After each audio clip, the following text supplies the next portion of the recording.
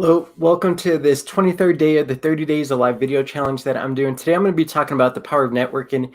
And initially, I hated networking. I am an introvert, so I just always felt sick to my stomach before I ever went in to even do any type of networking. And what I found is in-person networking is a lot more draining than doing things on social media and online.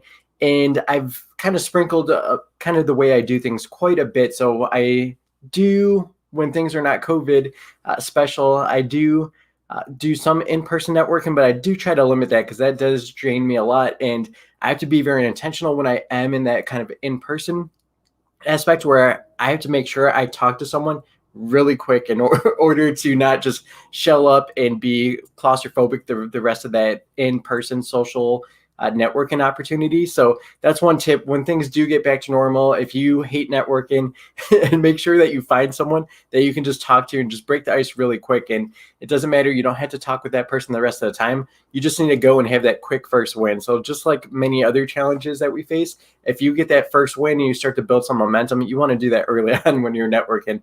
But yeah, there's more ways of doing it, right? Especially now in person, that's not going to be too many opportunities to do that in-person networking. So you can look to social media. There's Twitter has a great community where you're able to kind of build networks there. LinkedIn, Facebook groups. There's so many different ways you can still do this.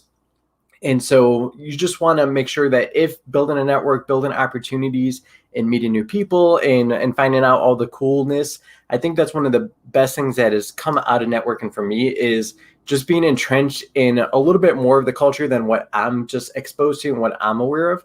I just get a lot broader experience seeing what other people are dealing with day to day, month to month, and just kind of those types of things. So that's been fun for me. But there's so many different ways that you can interact. You can even interact with people and start to build a network, not actually by networking in the natural sense. You can start writing blogs. You can start writing posts on LinkedIn. There's posts on Medium. So these things will build a network where people all of a sudden will reach out to you. So it makes it a little bit easier. It's not like you have to go out and socially outreach to people or anything like that. People are going to find what you're creating. The people that enjoy what you're saying and how you're saying it are going to gravitate towards you. So that's another kind of way that you can start to build a network without really thinking about it or having to do too much on your end, other than just kind of sharing your thoughts. The reason why you want to do this, so I mentioned that networking, yep, that doesn't sound good. It doesn't feel right. But thinking of it more as a community, that is important. And that's because community is a lot more fun, right? Community you want to hang out with, community you want to show up for, you want to help people out. And that's what I found. I think for season 2 of my podcast, almost every single guest, probably every single guest has said, you know what, building a community has been the best thing that has ever happened to me. It's helped before COVID. It helps even more during COVID. Just kind of reach out to people, lean on people. If you're facing a challenging time or you're just stuck on something, sometimes just reaching out to that community, your community is going to have your back if you had their back. And so that's one of the cool things about networking is it's not doing it all for your own kind of personal gain. It's building up a community. And so everything you're doing, even if it's not benefiting you specifically or directly, if you feel that it's going to benefit your community, you're going to share that. You're going to like it. You're going to connect other people in there. And so that's one of the biggest benefits is to basically try to turn off that thinking of network and think of it more as community building. And if you take it that approach, it's going to be a lot more fun. You're going to find a lot more opportunities because if you're thinking like, how is this going to help me specifically?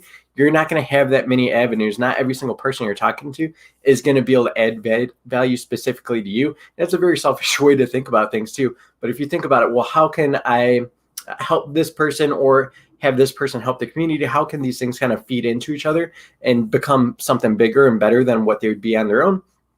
Then it's almost every conversation you have is going to be an opportunity, even if it's something like, oh, yep, that's not 90% of the people I talk with, but I do know someone that I could connect you with. That's a fun feeling, at least for me. And I know a lot of the people I network with, they're always looking to connect me with other people. They're always looking to connect other people with me. So if I can help someone or if they can help me, people helping people is really what it's all about. And so that's definitely a fun aspect. Networking, just in my experience and what I've seen a lot from others as well, is obviously employment. that's the biggest thing, right? That's why most people want to build a networking community. Again, it is kind of that selfish way of thinking about it. But once you get in, once you start building community, you will realize like, hey, it's more than just kind of what I can do. And hopefully you do get an opportunity as a result of your network, but that's usually going to motivate you to want to help other people behind you. And that's kind of one of the fun aspects. So previously, if you are not actively building a network or community, what you're relying on is family and close friends and probably old coworkers and things like that. But the problem is those people are usually limited. You only have so many close friends. You only have so many family members that you talk to actively. And that means that you have a small kind of awareness of your situation. So if you're unemployed due to COVID, if you're unemployed for any reason in the future, you want to be able to say, hey, I'm looking for something. And you don't want it to be crickets. You don't want there to be no one there to hear what your message is or what's going on in your world.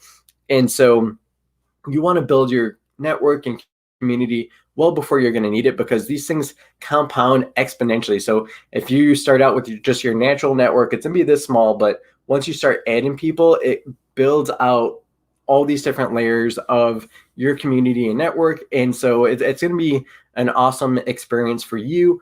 Things are going to move a lot faster. You're not going to feel as stuck, or when you're running into challenges, you're not just going to be stuck there. And so that's definitely one aspect. So employment, if you're a business owner or ever thinking about building a business or freelancing or anything like that, building a network and a community is going to be helpful for finding clients as well. So that's obviously something that I've done pretty actively since I launched my business. And that was one of the biggest things that made me want to get into networking and community building is, hey, I have no clients. I just started a business, so I need to find some people.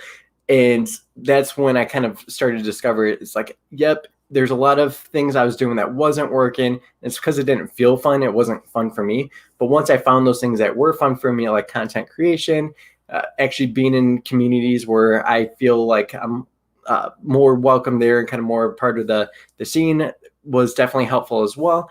And so these things are things that you want to think about, be intentional about what types of communities you're trying to build and be a part of. And it can also lead to other things just growth wise. So it doesn't have to be career specific, doesn't have to be business specific. It could just be personal growth. And so you could have opportunities to be on podcasts. You could have opportunities to do workshops for other people. And then the fun part is just the friendships and the communities and the connections that you make, that you could possibly, it's not even necessarily the person you connect with, but it could be a person that person connects you with down the line. So I've had so many of these different things kind of happen where one of my first clients actually for my business, surprisingly, I met with an advisor just randomly at a networking event, and we have very different views of how to do financial planning and what's important to people. And almost to a point where we were arguing, and he was drinking a bunch. I wasn't drinking because I was trying to save money, I think, because I just started a business. I wasn't about to be dropping $4 to $7 on a drink. But basically, we were arguing about our different stances on financial planning. And I thought we were going to get into a fight because it was getting pretty heated. And he was kind of attacking my stance, and I was kind of attacking his stance. And I was like, I think you're wrong, this. And so I was like, all right, well, that was an interesting night of networking. I thought I was going to get a fight with this guy. And he was an older guy too, so I probably could have taken him. But next thing I know, they offered me an opportunity to work for them. And I was just starting a business. So I was like, oh, you can do a few hours here, help us build our financial plans. So I was like, how are we even talking right now? I for sure thought we were going to get in a fight. Then they end up referring me to one of my first clients. I was like, what the heck? Like, this makes no sense to me, how I almost got in a fight with this guy. He's giving me opportunity after opportunity. And it's just one of those funny things where just connecting with people, even though it might not feel like it's the best fit personality wise between you and that person, that doesn't mean that they won't be referring you opportunities and business and connecting you with things that will match up with you. And so that was a huge eye-opening experience for me, something I never would have expected from that. And so I think the last thing to kind of close out this live video feed is just a couple of tips. So be intentional. I mentioned that I was butting my head against a lot of walls. I was not in the places I probably was supposed to be for what I was trying to do, who I was trying to communicate. how I was trying to add value. Like none of the groups I was just going to any networking event, and I was like, okay, this is not really my scene or whatever, and it wasn't fun. It was super draining. I mentioned earlier I'm an introvert, and so it was even doubly draining just because it's like, yeah, this doesn't feel right at all. It doesn't feel normal. But if you are intentional, if you do research and kind of find out who those communities are that you're going to share some common core values with, that's going to make a huge difference. So be a part of the communities that you're actually going to be fun to be a part of and show up and have fun as the primary directive of joining those communities. Be engaged when you get there. I mentioned my tip when we used to do in-person networking is I had to make sure I was engaged right away in order to keep to get that quick win and kind of build momentum, because otherwise I just clam up the rest of the whole hour or 2 hours, however long this stuff was. If I didn't talk to someone right when I walked in the door, there was almost a high probability I was just going to sit around and not do anything productive at all, and I wasn't going to have fun either. So be engaged, reach out, make sure that people that you're connecting with, that that you find their story interesting, or whatever it was that they had mentioned that made you want to kind of reach out and start to find out more about them. Have fun with it is the biggest thing. And the more fun you have, the more fun the people you're talking to are going to have. And it's just going to be kind of a loop that feeds into itself. And again, it's not about them helping you specifically or you helping them specifically, but a part of building that networking community where you will know when a situation arises where you can help them in the future, and vice versa. They're gonna now know what you're about, what things are important to you, the types of people you want to connect with, and they'll be likely to connect you down the line. So it's not like this person has to be the person that gives you your next job opportunity or anything like that. It's just they have to know what you're about so that they could be excited and want to help you in the future by connecting with someone that could offer you those potential opportunities. So definitely don't be one and done with these things. So if you find someone that's really fun to talk with, you connect with a lot, see if you can connect on social media. That's one low commitment way. It's like, hey, let's connect on LinkedIn, let's connect on Twitter, whatever social platform is. And that way you're kind of always in each other's visibility. And it's not as high of a commitment of saying, hey, let's jump and have a coffee meeting or a video meeting or a phone call or anything like that. That takes up a lot more time, and it's a time commitment. It means it's blocking out time for stuff they could be doing on other aspects of their life at that point in time. So just be thoughtful about it. And if it does make sense, then you can definitely ask them to do that. And if not, there's always that backup plan of just, yep, let's connect on social media, reach out anytime, and then check in too. If they mention something that's coming up, if they mention they're getting married, if they're having kids, if they have a cool job opportunity, or if they're making career changes, like all these things are things that you want to be engaged and understand. Like, hey, what are they excited about? What's cool that's going on in their life? And then follow up with them at those time periods, because that's going to show like, hey, for one, you actually listen. Not too many people actually listen.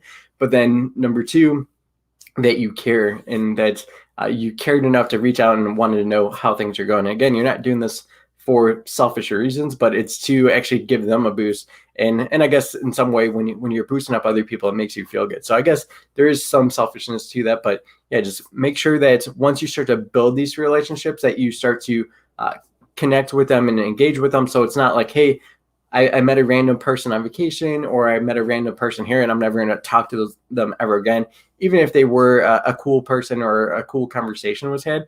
And maybe you want to have additional conversations, dig a little bit deeper and find out more about them, more about the things that they were talking about that was exciting. So the power of networking is pretty ridiculous.